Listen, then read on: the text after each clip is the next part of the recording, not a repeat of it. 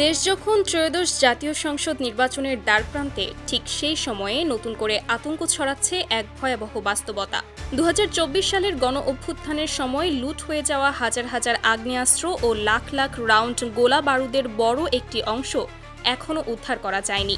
ভোটের মাঠে নামার আগে তাই প্রশ্ন উঠেছে, এই নির্বাচন আদৌ কতটা নিরাপদ? ভোটার, প্রার্থী, এমনকি গণতন্ত্র নিজেই কি চরম ঝুঁকির মুখে? এই নিরাপত্তাহীন পরিস্থিতিতে নির্বাচন আয়োজন বন্ধের দাবিতে হাইকোর্টে রিট করা হয়েছে। ১৪ জানুয়ারি জনস্বার্থে এই রিট দায়ের করেন সুপ্রিম কোর্টের আইনজীবী মোহাম্মদ মাহমুদুল হাসান। রিটে মন্ত্রিপরিষদ সচিব, স্বরাষ্ট্র মন্ত্রণালয়ের সচিব, আইন, বিচার ও সংসদ বিষয়ক মন্ত্রণালয়ের সচিব, নির্বাচন কমিশন সচিব, পুলিশ মহাপরিদর্শক আইজিপি এবং র্যাবের মহাপরিচালককে বিবাদী করা হয়েছে।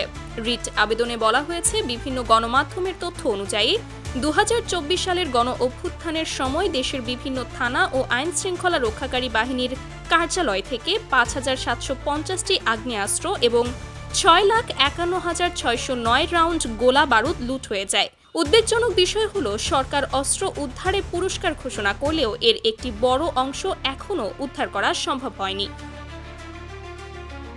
আবেদনে আরও উল্লেখ করা হয়, এই বিপুল পরিমাণ অবৈধ অস্ত্র সন্ত্রাসীদের হাতে থাকায় আসন্ন সংসদ নির্বাচনে ভোটার ও প্রার্থীদের জীবন চরম হুমকির মুখে পড়েছে।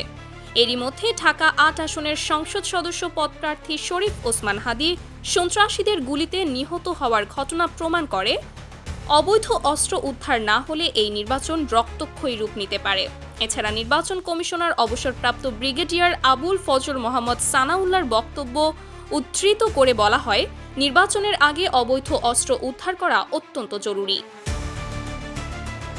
আইনজীবী মোহাম্মদ মাহমুদুল হাসান রিটে আরও বলেন, সরকার কিছু সংসদ সদস্য পদপ্রার্থীর জন্য গানম্যানের ব্যবস্থা করলেও দেশের আপামর ভোটারদের নিরাপত্তা নিশ্চিত করতে কোনো কার্যকর উদ্যোগ নেওয়া হয়নি।